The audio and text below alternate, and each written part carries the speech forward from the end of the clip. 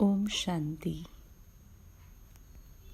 आज बाबा ने मुरली में विशेष शक्तियों के लिए एक बात हम बच्चों को ध्यान में खिंचवाई है। कहा है कि शेरनियाँ शक्तियाँ कौन सी बात हिम्मत के साथ समझा सकती है। तो बाबा ने कहा जो शेरनी है, जो शक्तियाँ हैं, वो ये बात सबको हिम्मत के साथ समझा सकती है कि तुम अपने को आत्मा समझो, परमात्मा नहीं।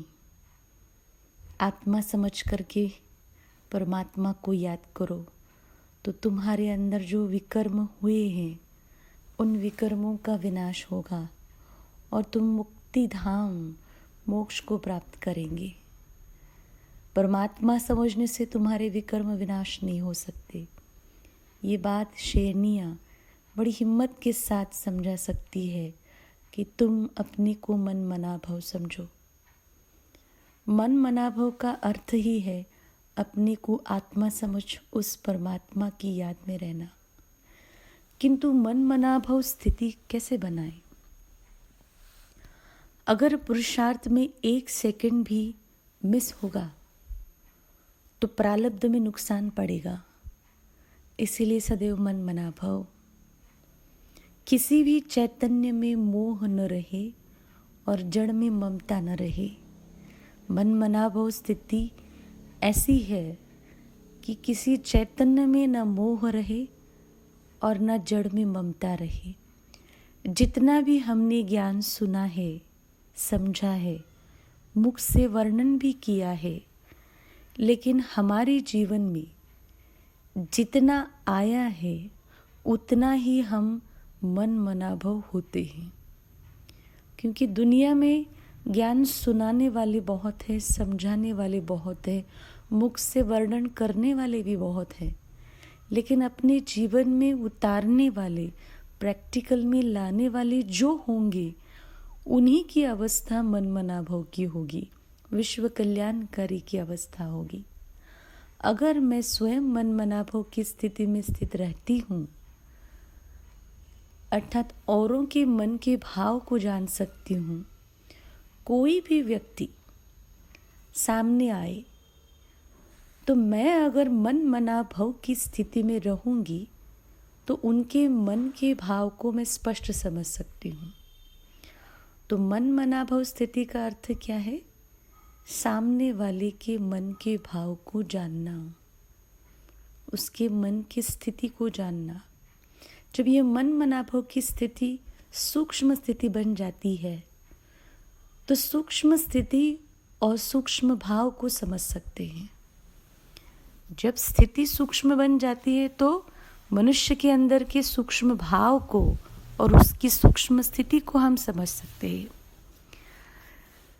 किसके मन के भाव को समझने से उनकी जो चाहना है अथवा उनकी प्राप्ति की जो इच्छा है, अगर उसको वही मिलने से क्या होता है, उसको हम जो बनाने चाहते हैं वो बन जाएगा। अर्थात वो सर्विस की सफलता बहुत जल्दी मिलेगी।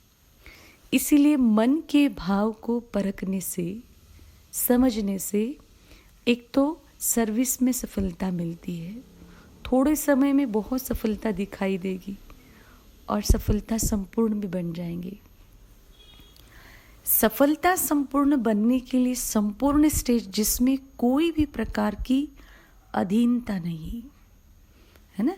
जीवन में मुझे गुणों में, ज्ञान में, अपनी परिस्थिति में सफल बनना है तो संपूर्ण स्टेज किसे कहा जाता है? जो कि कोई भी प्रकार की अधीनता नहीं, सर्व पर अधिकार अनुभव हो, है सारी शक्तियाँ मेरे अधिकार के रूप में हो। ऐसा बनने के लिए 3 बातों की आवश्यकता है कि मैं सर्व शक्तियों की अधिकारी बनूं, है ना, किसी के अधीन न बनूं। उसके लिए 3 बातों की आवश्यकता है। एक तो है रूहानियत, दूसरा है चेहरे से सदैव ईश्वरीय रुहाब, और तीसरा है सर्विस में सदैव रहम दिल का संस्कार व गुण प्रत्यक्ष हर आत्मा को अनुभव हो। ये तीनों बातें प्रत्यक्ष रूप में, स्थिति में, चेहरे में और सर्विस माना कर्म में दिखाई दे, तब समझा जाएगा सफलता हमारे समीप आ रही है।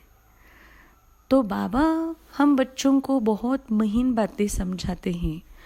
बच्चे मन मनाभव की स्थिति जिसकी होती है वो व्यक्ति महान होता है, और महानता लाने के लिए ज्ञान की महीनता जानना पड़े।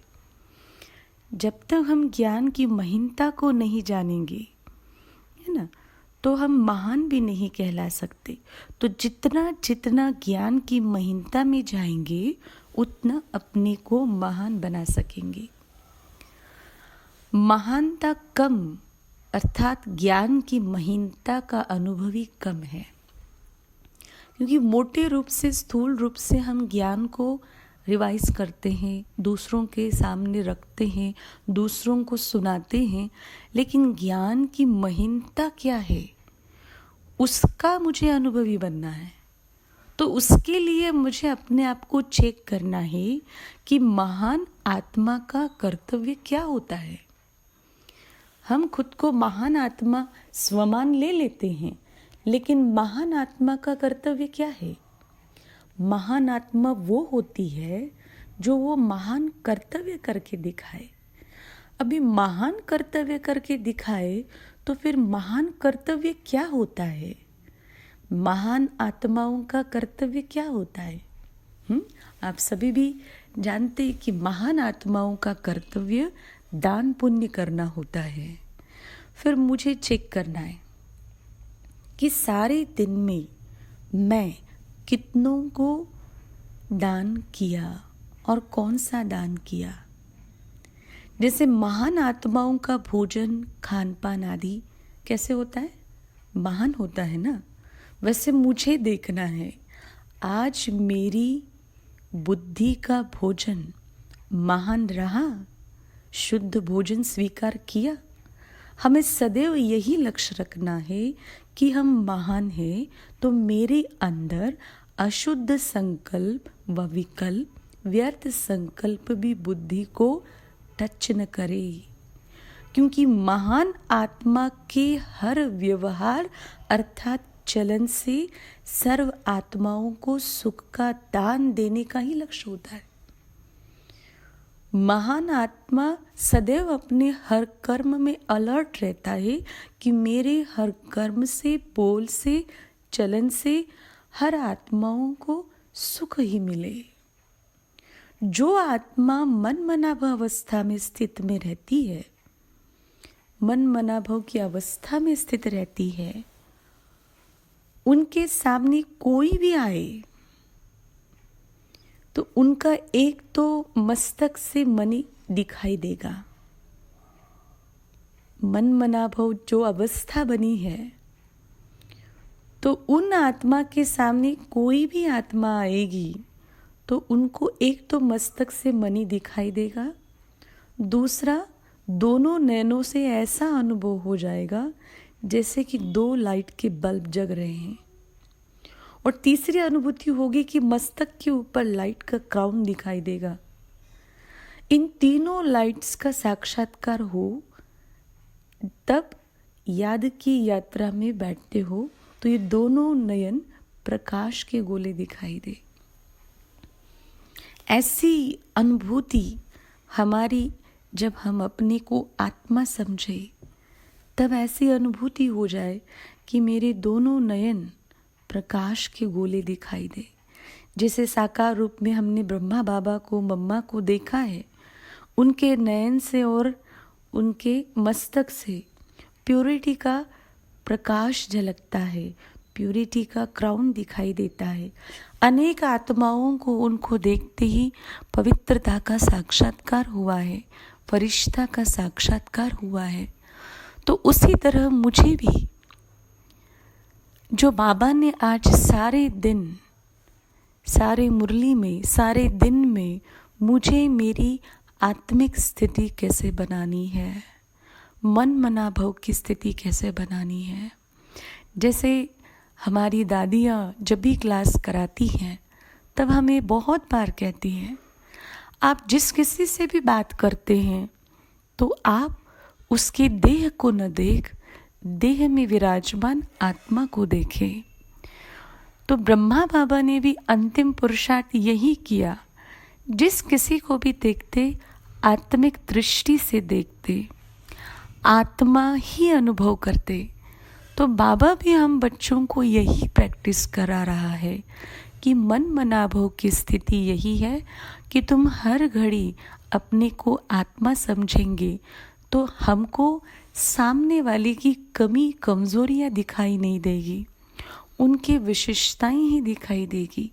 जब हम देह देखने लगते हैं तो उनकी कमी कमज़ोरियों का वर्णन करने लगते हैं, और आत्मा देखने से फ़ायदा होता है कि हम हर एक की विशेषताओं का वर्णन करते हैं और इस देह और देह की दुनिया से सदैव उपराम रहते हैं। तो हम सबको सारे दिन में जब भी टाइम मिले, कार्य व्यवहार करते या कार्य व्यवहार नहीं होता है, जब भी हम फ्री होते हैं तो हर फ्री के टाइम में हम आत्माओं को ये अभ्यास करना है कि मैं आत्मा हूँ। तो ये आत्मा का पाठ आदि सो अंत तक हम सभी बच्चों के लिए बहुत ही वैल्यूबल है, क्योंकि यही हमारी स्थिति बनाता है, यही हमारी अवस्था बनाता है और इसी से ही हमें प्रारब्ध भी प्राप्त होनी है। तो हम सभी बाबा की इस आज की वाणी में जो बाबा ने बार बार हम बच्चों को स्मृति दिलाई है कि तुम अपने को आत्मा समझो और औरों को भी ये आत्मा का पाठ पक्का कराओ, तो बहुत बहुत ही हिम्मत से, बहुत ही समझ से हमको ये आत्मा की अनुभूति करनी भी है और औरों को करानी भी है। ओम शांति।